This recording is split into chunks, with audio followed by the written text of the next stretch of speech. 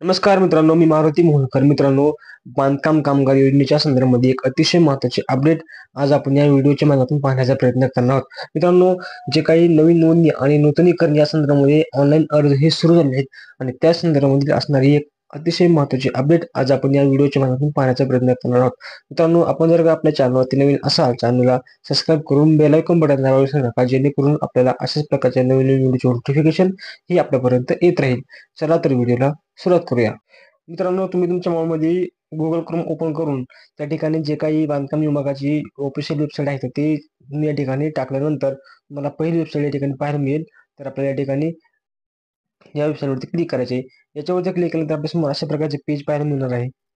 महाराष्ट्र इमारत व इतर बांधकाम कामगार कल्याणकारी मंडळ. या ठिकाणी आपण जर खाली आलं तर आपल्याला या ठिकाणी एक नोटीस आपल्याला पाहायला मिळते की मंडळाच्या आदेशानुसार दिनांक 5 फेब्रुवारी 2025 पासून तालुका सुविधा केंद्रात डेटा एंट्रीचे काम बंद करण्यात येत आहे. बांधकाम कामगार आपले नोंदणी, नूतनीकरण व लाभाचे अर्ज ऑनलाईन पद्धतीनं आपल्या सोयीच्या जागेवरून भरू शकतील. जे पूर्वी त्या ठिकाणी जे काही बांधकाम विभागाचे जे काही फॉर्म होते, ते फॉर्म तुम्हाला त्या ठिकाणी तालुका सुविधा केंद्रामध्ये जाऊन त्या ठिकाणी भरावे लागत होते. परंतु आता ते बंद झालेले आहे. आता तुम्ही तुमच्या सोयीनुसार कुठल्याही ग्राहक सेवा केंद्रामध्ये किंवा मग सी-एस-सी सेंटरमध्ये जाऊन देखील त्या ठिकाणी ऑनलाईन पद्धतीने अर्ज हे भरू शकता.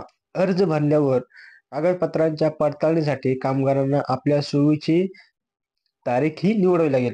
म्हणजे तुम्ही ज्यावेळेस अर्ज भरताल, तर अर्ज भरल्यानंतर तुम्हाला कागदपत्रांचे जे काही व्हेरिफिकेशन आहे, पडताळणी करण्यासाठी तुम्हाला त्या ठिकाणी एक तारीख ही बुक अपॉइंटमेंट त्या ठिकाणी घ्यावी लागणार आहे. तारीख निवडावी लागणार आहे आणि 6 फेब्रुवारी म्हणजे आजपासून 6 फेब्रुवारी 2025 पासून ह्या तारखा निवडण्याची सुविधा ही दिलेली आहे. म्हणजे आजपासून तुम्ही या ठिकाणी या ज्या तारखा आहेत त्या डिक्लेअर करू शकता. तुम्हाला केव्हा त्या ठिकाणी डॉक्युमेंट पडताळणीसाठी जायचे आहे हे तुम्ही त्या ठिकाणी डिक्लेअर करू शकता. निवडलेल्या तारखेस मूळ कागदपत्रासह निवडलेल्या सुविधा केंद्रावर हजर राहावे लागेल.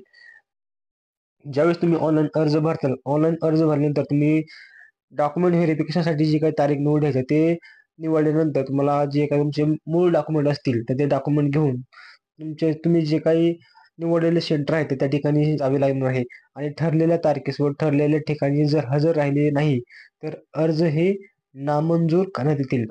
8 तारीख निवडली आहे आणि 8 तारखेला तुम्ही जर त्या ठिकाणी हजर झाले नाही, तर तुमचे जो काही भरलेला अर्ज आहे, तो अर्ज हा नामंजूर करण्यात येणार आहे.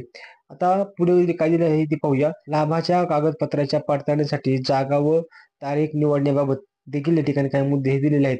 तर ज्या लोकांनी IWBMS प्रणालीद्वारे कागदपत्राच्या पडताळणीसाठी अगोदर तारीख घेतलेली आहे, म्हणजे फॉर्म भरताना ज्यांनी कागदपत्राच्या डॉक्युमेंटसाठी बुक अपॉइंटमेंट केलेली आहे, त्यांची तारीख रद्द करण्यात आलेली आहे. ते कामगार भरलेल्या लाभाच्या अर्जाच्या कागदपत्राच्या पडताळणीसाठी दिलेल्या लिंकवरून नवीन तारीख निवडू शकतात. ज्यांनी IWBMS प्रणालीद्वारे पहिली तारीख ही त्या ठिकाणी घेतली होती, तर ती आता रद्द करण्यात आली आहे आणि नवीन तारीख तुम्ही त्या ठिकाणी निवडू शकता. रद्द झालेल्या तारखेऐवजी नवीन तारीख निवडण्यासाठी चेंज क्लेम अपॉइंटमेंट डेट या बटनावरती क्लिक करायचे आहे. सिस्टम तुम्हाला नोंदणी क्रमांक विचारेल, त्या ठिकाणी टाकायचा आहे. नोंदणी क्रमांक भरल्यावर तुम्ही रजिस्टर केलेल्या मोबाईलवरती एक OTP येईल. तुम्ही फॉर्म भरताना जो काही मोबाईल नंबर हा रजिस्टर केला होता, तर त्या मोबाईलवरती एक OTP पडेल आणि OTP पडल्यानंतर तुम्हाला तो OTP त्या ठिकाणी व्हेरिफाय करायचा आहे आणि तुम्हाला ज्या लाभाच्या अर्जाची तारीख बदलायची आहे, तर ती तुम्ही त्या ठिकाणी त्याचा पोच पावती क्रमांक भरायचा आहे आणि त्यानंतर तुम्ही कागदपत्राच्या पडताळणीसाठी, कागदपत्रांच्या व्हेरिफिकेशनसाठी जागा व दिनांक निवडू शकता. नंतर अर्ज प्रणालीमध्ये सबमिट बटन दाबायचं आहे. तर मित्रांनो, अशा पद्धतीनं जे आपल्याला नूतनीकरण करायचं असेल, नवीन अर्ज भरायचा असेल, तर ते या ठिकाणी ऑनलाईन पद्धतीनं आपल्या जवळच्या महाई-सेवामध्ये किंवा मग सी सेंटरमध्ये जाऊन देखील त्या ठिकाणी अर्ज हा भरू शकता.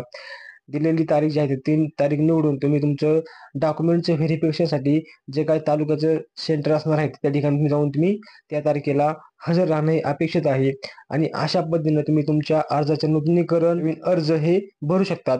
हे ऑनलाईन अर्ज हे कालपासून भरण्यास सुरुवात झालेली आहे. मित्रांनो, हा व्हिडिओ आपल्या भरपूर साऱ्या मित्रांपर्यंत नक्की शेअर करा, जेणेकरून त्यांना देखील या अतिशय महत्त्वाची अपडेट त्यांच्यापर्यंत पोहोचेल. धन्यवाद.